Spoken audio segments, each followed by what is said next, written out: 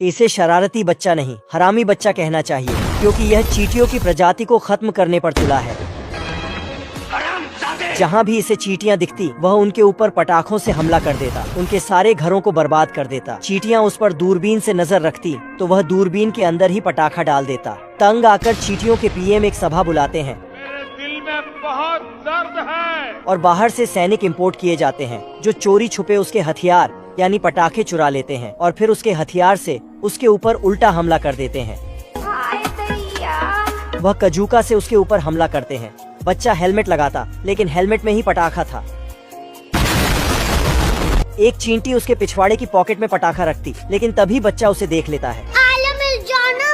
जोगिंदर, हरा भाई जोगिंदर इन खेतों में इतना हक देगा छुप छुप के। बच्चा एक पाइप को उनके हेडक्वार्टर की तरफ करता है और इधर चींटियां पाइप को रबड़ से बांध देती है। बच्चा पटाखा जलाकर जोर से फूंकता है तो उल्टा वह उसके मुंह में घुस जाता। समझ रहे हो?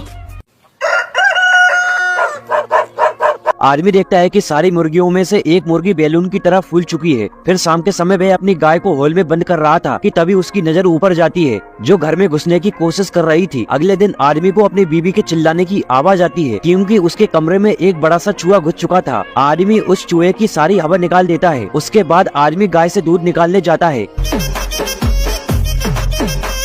तभी गाय पीछे एक सांड को आंख मारती है और उसे धकेलने का इशारा करती है। सांड जैसे ही भागने की कोशिश करता है तो वह भी फूल जाता है और गाय की जगह पर वह खुद आ जाता है और आदमी तो बिना कुछ देखे ही सांड का दूध निकालने लगता है। इसमें सांड को काफी ज्यादा मजा आ रहा था। ये सब क्या देखना पड़ रहा है? फिर जैसे ही आदमी सारे गायों को बाहर निकालता है, वह देखता है कि सारी गाय बैलून की तरफ फूल चुकी हैं। और मैं आसमान की ऊंचाइयों में बहुत ऊंचे, पूरा कोहरा ही कोहरा। और तो और उसकी पत्नी भी गुब्बारा बन गई है। वह कमरे में पूरी तरह से सील पैक हो चुकी है।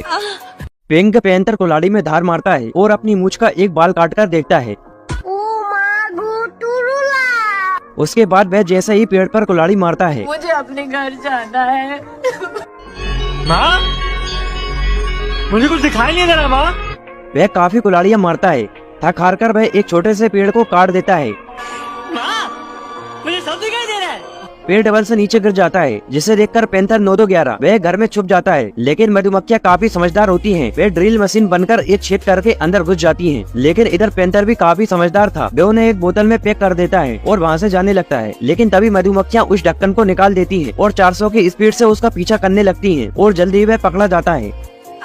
अगले दिन वह एक बहुत बड़े पेड़ को काटने वाला है। वह शुरू हो जाता है, लेकिन इतना पेड़ काटने में उसकी आधी जिंदगी बीत जाती है। अब कुछ पेड़ ही बचा हुआ है, लेकिन ये उससे कट नहीं रहा था। तभी उसका मालिक आता है और एक कुल्हाड़ी मारता है।